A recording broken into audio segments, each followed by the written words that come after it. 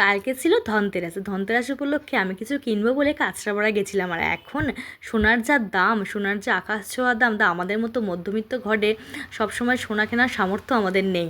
তাই জন্য ঝট করে বলে ঝট করে আমরা সোনা কিনে নিতে পারবো না। তাই জন্য দেখো কাঁচরাপাড়াতে গিয়ে দেখলাম যে যেমন পেরেছে, যার যেমন ভাল লাগছে সে তেমনভাবে সব কিছু কিনছে। কেউ ঝাঁটা কিনছে, কেউ দেখো এখানে কাঁসার পিতলের দোকানে দেখতে পাচ্ছ তো কতটা ভিড়, যার যেটা শুভ মনে হচ্ছে। কেউ লবণ কিনছে, ময়ূরের পালক কিনছে, সবাই যার যেমন সামর্থ্য অনুযায়ী সবাই কিনছে। আর দেখো তারপরে হচ্ছে আজকে ছিল 14 প্রদীপ, আজকে হচ্ছে 14 প্রদীপ। তাই জন্য দেখো কালকে সব প্রদীপ নিয়ে বসে পড়েছে। আর এত সুন্দর সুন্দর প্রদীপ, রং বেরঙের, কী যে ভালো লাগছে কি বলবো। তাই জন্য আমি গেছিলাম হচ্ছে ধনতেরাসের জন্য কিনতে, ধনতেরাসের জন্য আমি কিনে নিয়েছিলাম। তারপরে আমি নিয়েছিলাম দেখো প্রদীপ। দেখো প্রদীপগুলো আমার এত সুন্দর লাগছে না। এখান থেকে আমি 14 প্রদীপ নিয়ে নিয়েছি। তারপরে এখানে রং বেরঙের কী সুন্দর সুন্দর প্রদীপ বিক্রি হচ্ছিলো। তাই ধনতেরাসে যে যেমন পেরেছে, তার যেমন সামর্থ্য সবাই কিনেছে। আমিও দেখো সব কিছু কিনে নিয়ে বাড়ি চলে এসেছিলাম।